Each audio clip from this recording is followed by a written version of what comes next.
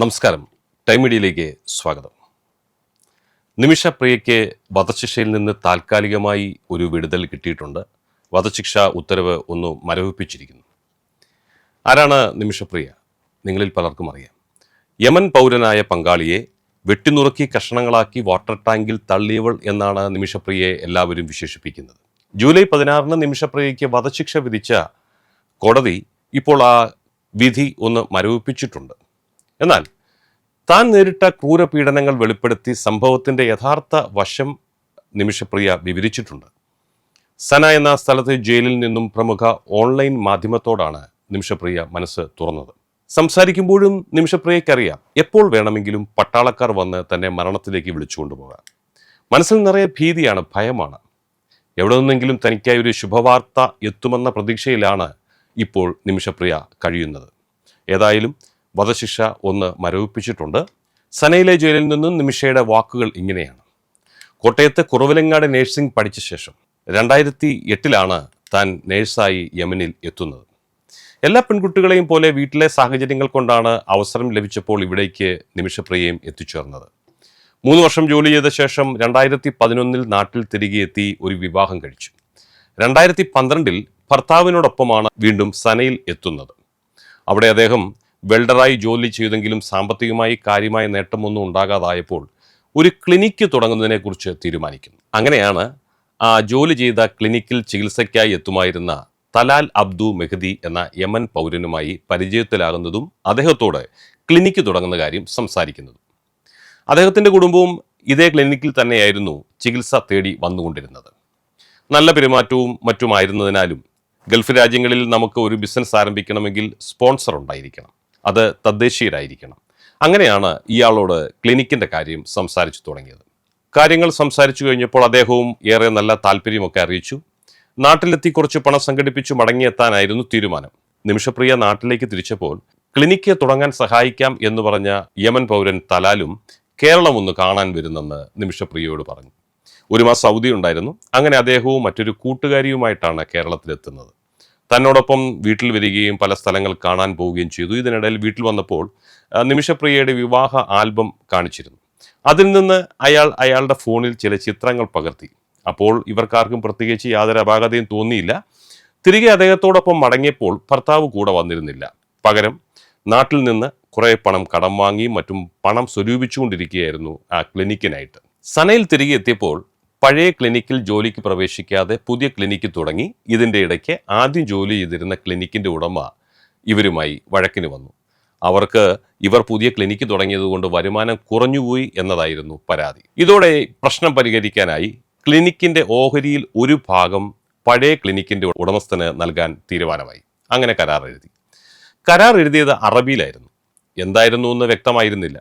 33% ഓഹരി പഴയ ക്ലിനിക് ഉടമയ്ക്ക് കൊടുക്കേണ്ടി വന്നപ്പോൾ ബാക്കി 67% തലാൽ എന്ന ഈ യമൻ പൗരന്റെ പേരിൽ എഴുതി. അത് പിന്നീടാണ് നിമിഷപ്രിയ അറിയുന്നത് എന്നാണ് പറയുന്നത്. കാരണം അറബി അറിയില്ലായിരുന്നു. അറബി പഠിച്ച ശേഷമാണ് തിരിച്ചറിയുന്നത് ഇങ്ങനെയൊരു ചതി നടന്നുവെന്ന്. ഇതിനെക്കുറിച്ച് ചോദിച്ചപ്പോൾ പിന്നെ ഒരു പ്രശ്നം ഉണ്ടാകാതിരിക്കാനാണ് എന്നായിരുന്നു അയാളുടെ മറുപടി. ഈ സമയത്താണ് തലാലിന്റെ യഥാർത്ഥ സ്വഭാവം നിമിഷപ്രിയ തിരിച്ചറിയുന്നത്. ലഹരിക്ക് അടിമയായ ഇദ്ദേഹത്തിന് നിരവധി സ്ത്രീകളുമായി വഴിവിട്ട ബന്ധങ്ങളുണ്ടായിരുന്നു. മോഷണത്തിനും മറ്റുമായി പല പ്രാവശ്യം ഈ മനുഷ്യൻ ജയിലിൽ കിടക്കേണ്ടി വന്നിട്ടുണ്ട്. ഇതിനിടെ ക്ലിനിക്കിന്റെ വരുമാനം മുഴുവനും ഇയാൾ എടുക്കാൻ തുടങ്ങി. നിമിഷപ്രിയ അതിനെ ചോദ്യം ചെയ്തു. പിന്നെ ക്ലിനിക്ക് നടത്തിപ്പ് പ്രശ്നത്തിലായി. വഴക്കുണ്ടാകുമ്പോൾ ഓഫീസിലെത്തി ക്ലിനിക്കിന്റെ രജിസ്റ്റർ ബുക്കിൽ വെള്ളമൊഴിച്ച് നശിപ്പിച്ചു കളയുക, തുപ്പുക തുടങ്ങിയ പല കാര്യങ്ങളും ഇദ്ദേഹം ചെയ്തു. പണം മുഴുവനും അദ്ദേഹം എടുക്കുന്ന കാര്യം ക്ലിനിക് മാനേജറോട് സംസാരിച്ചപ്പോൾ അയാൾ പറഞ്ഞത് കേട്ട് നിമിഷപ്രിയ ഞെട്ടിപ്പോയി. മാഡം, എന്തിനാണ് നിങ്ങൾ തമ്മിൽ ഇങ്ങനെ വഴക്കു പിടിക്കുന്നത്? നിങ്ങൾ രണ്ടുപേരും ഭാര്യയും ഭർത്താവും അല്ലേ? പണം ആരെടുത്താലും ഒരു വീട്ടിലേക്കല്ലേ ചെല്ലുന്നത് എന്നായിരുന്നു മാനേജറുടെ മറുപടി. നാട്ടിലെത്തിയപ്പോൾ ഞങ്ങൾ തമ്മിൽ വിവാഹിതരായി എന്നായിരുന്നു യമൻ പൗരനായ അയാൾ എല്ലാവരോടും പറഞ്ഞു പരത്തിയിരുന്നത്. അതങ്ങനെയല്ലെന്ന് പറഞ്ഞപ്പോൾ അദ്ദേഹം ചില ചിത്രങ്ങൾ കാണിച്ചെന്ന് പറഞ്ഞു.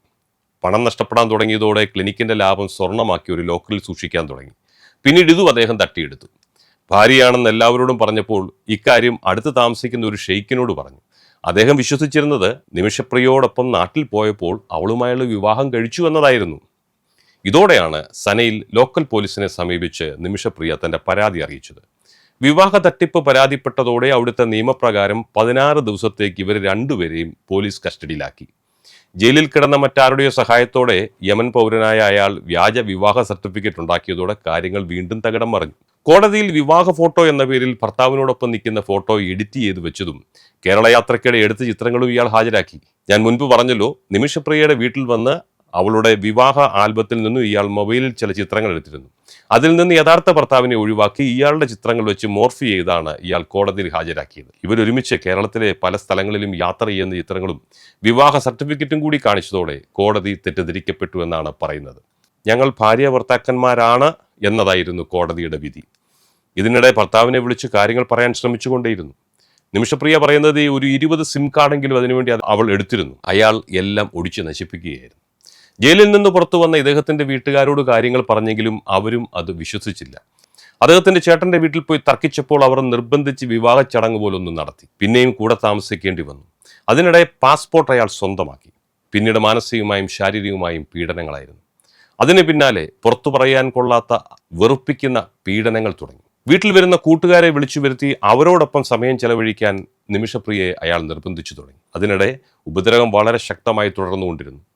പാതിരാത്രിയിലും വീട്ടിൽ നിന്നിറങ്ങി ഓടേണ്ട സാഹചര്യങ്ങൾ അവൾക്കുണ്ടായിട്ടുണ്ട്. പലപ്പോഴും അയൽവാസികളാണ് തന്നെ വലിയ അപകടങ്ങളിൽ നിന്ന് രക്ഷിച്ചിട്ടുള്ളതെന്ന് നിമിഷപ്രിയ ഓർക്കുന്നു.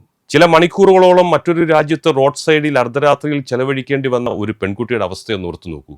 അവിടെയും അവൾ ആശ്വസിക്കുന്നത് ഇങ്ങനെയാണ്: അയാളുടെ കൂട്ടുകാരുടെയും കൂട്ട ആക്രമണത്തിന് നിന്നുകൊടുത്തില്ല എന്നതാണ് അവളുടെ ഏറ്റവും വലിയ ആശ്വാസം. നീ എന്താണ് എൻ്റെ താല്പര്യങ്ങൾക്ക് വഴങ്ങാത്തതെന്നായിരുന്നു അയാളുടെ എപ്പോഴുമുള്ള ചോദ്യം.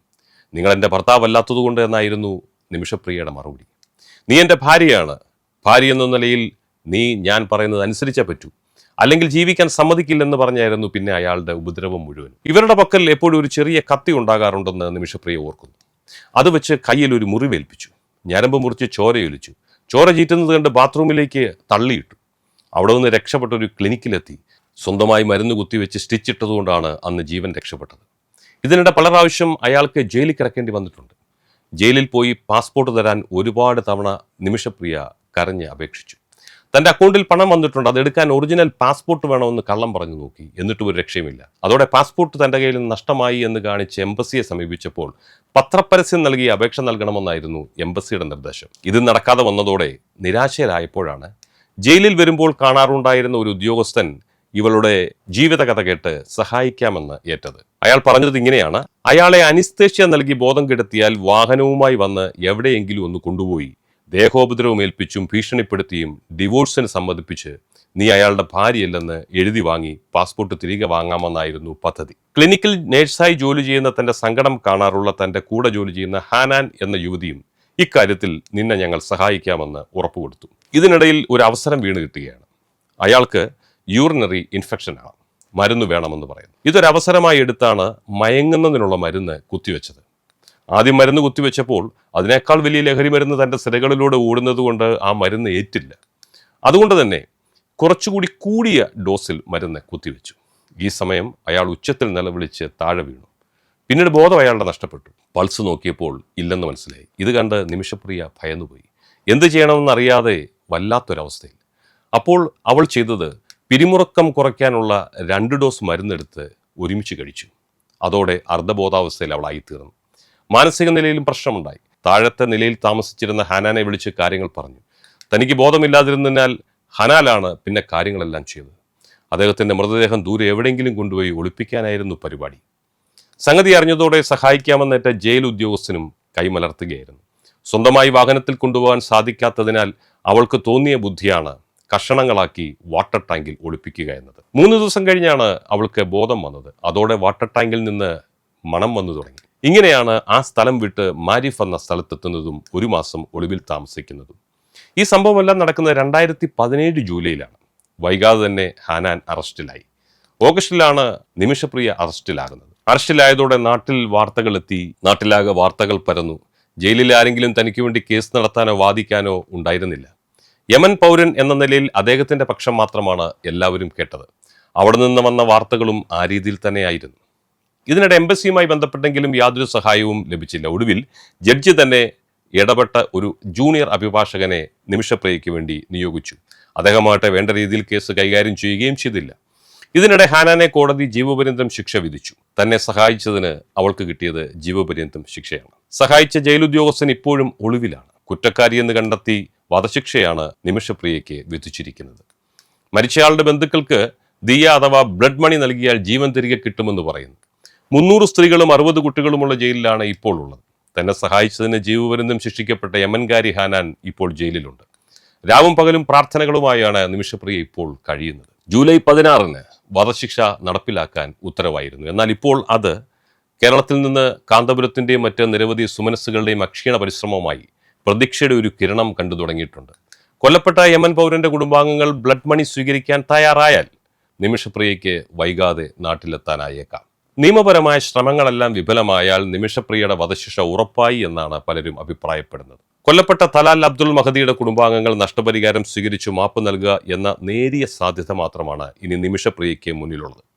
എന്നാൽ വധശിക്ഷയ്ക്കുള്ള ഉത്തരവ് ജയിലിൽ എത്തിയതോടെ ഇതിനുള്ള സാധ്യത കുറഞ്ഞു എങ്കിലും ഇപ്പോൾ വധശിക്ഷ മരവിപ്പിച്ചിരിക്കുന്നത് വീണ്ടും പ്രതീക്ഷയിലേക്ക് കൊണ്ടുവരികയാണ്. അതുകൊണ്ട് തന്നെ ഒരു നേരിയ സാധ്യതയെങ്കിലും ഉണ്ടെങ്കിൽ നിമിഷപ്രിയ വധശിക്ഷയിൽ നിന്ന് രക്ഷപ്പെട്ട് നാട്ടിൽ തിരിച്ചെത്തട്ടെ എന്ന് ആത്മാർത്ഥമായി നമുക്ക് പ്രാർത്ഥിക്കാം. കുടുംബത്തെ സാമ്പത്തികമായി സഹായിക്കാനായി സ്വന്തം നാടും വീടും വിട്ട് അന്യദേശങ്ങളിൽ പണിയെടുക്കുന്ന ഒട്ടേറെ മലയാളികൾ ഇതുപോലെ പല ചതിക്കുഴികളിലും ചെന്ന് വീഴാറുണ്ട്. ചില കേസുകൾ മാത്രം ലോകം അറിയുന്നു, ചിലരെ കാണാതാവുന്നു, മറ്റു ചിലർ ആത്മഹത്യയിൽ അഭയം തേടുന്നു. ഓരോ സംഭവങ്ങൾ കഴിയും തോറും ഇത് നമുക്കൊരു പാഠമാകട്ടെ എന്ന് എല്ലാവരും പറയും. പക്ഷെ ഇതൊരു പാഠമാകുമോ? ഇല്ല എന്ന് പറയേണ്ടി വരും. കാരണം ഒരു ചതിയൻ ഒരിക്കലും ആദ്യ സമയങ്ങളിൽ തൻ്റെ തനിനിറം പുറത്തു കാണിക്കില്ല. കാര്യങ്ങളെല്ലാം കൈവിട്ട് കഴിയുമ്പോഴായിരിക്കും അയാൾ ആരായിരുന്നു, യഥാർത്ഥ സുഹൃത്തായിരുന്നോ എന്നത് പുറത്ത് അറിയാൻ കഴിയുന്നത്. ഇവിടെയാണ് സൗഹൃദങ്ങൾ തിരഞ്ഞെടുക്കുമ്പോഴും അടുത്ത് ഇടപഴകുമ്പോഴും ശ്രദ്ധിക്കേണ്ടത്, പ്രത്യേകിച്ചും പെൺകുട്ടികൾ. കാരണം ഇലയിൽ മുള്ളു വന്ന് വീണാലും മുള്ള ഇലയിൽ വീണാലും ഇലയ്ക്ക് തന്നെ ദോഷമെന്ന് പഴമക്കാർ പറഞ്ഞത് വെറുതെ അല്ലല്ലോ. നന്ദി.